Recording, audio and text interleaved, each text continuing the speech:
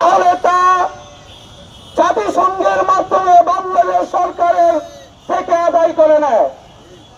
কিন্তু এই হতভাগা বিডিআর সদস্যরা বাংলাদেশের নাগরিক হয়েও তারা তাদের ন্যায্য অধিকার, ন্যায় বিচার এবং ইনসাফ এর জন্য রাস্তায় এসেও ঊর্ধ্বতন কর্তৃপক্ষের কাছে বাধার সম্মুখীন হয়ে আছে। আমি মনে করতেছি এই বাধা জুলাই আগস্টের ছাত্র অভ্যুত্থানের কোন বাধা না। এই বাধা হচ্ছে খুনি ফ্যাসিস্ট হাসিনার রেখে যাওয়া বিদগ্ধদের সেই বাধা। আমাদের মাননীয় উপদেষ্টা মহোদয় যারা এখন পর্যন্ত চেহারা আছেন, আপনারা আমাদেরকে বলুন আপনারা কোথায় আটকে আছেন।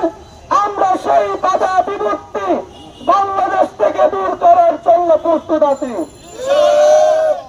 আমরা যেমনিভাবে 5 আগস্টে 45 মিনিট সময়ের আগে বাংলাদেশ থেকে 17 বছরের খুনি ফ্যাসিস্ট হাসিনাকে বাংলাদেশ ছাড়তে বাধ্য করেছি, ঠিক তেমনিভাবে ওই হাসিনার 17 বছরের রেখে দেওয়া ফ্যাসিস্ট এবং তার বিদগ্ধদেরকে বাংলাদেশ ছাড়া করতে 35 মিনিট সময় নিব ইনশাআল্লাহ।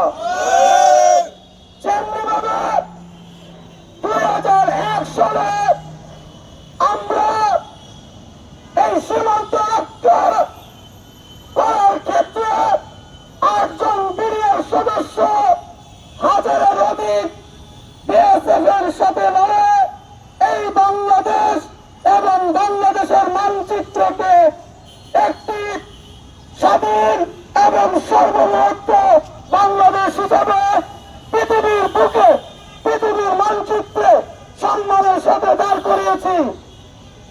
তেমনিভাবে আমরা যদি কঠিন হয়ে যাই, কঠিন থেকে কঠিন হয়, তাহলে 64 জেলায় আমরা কিন্তু অবরোধ দিতে বাধ্য হব।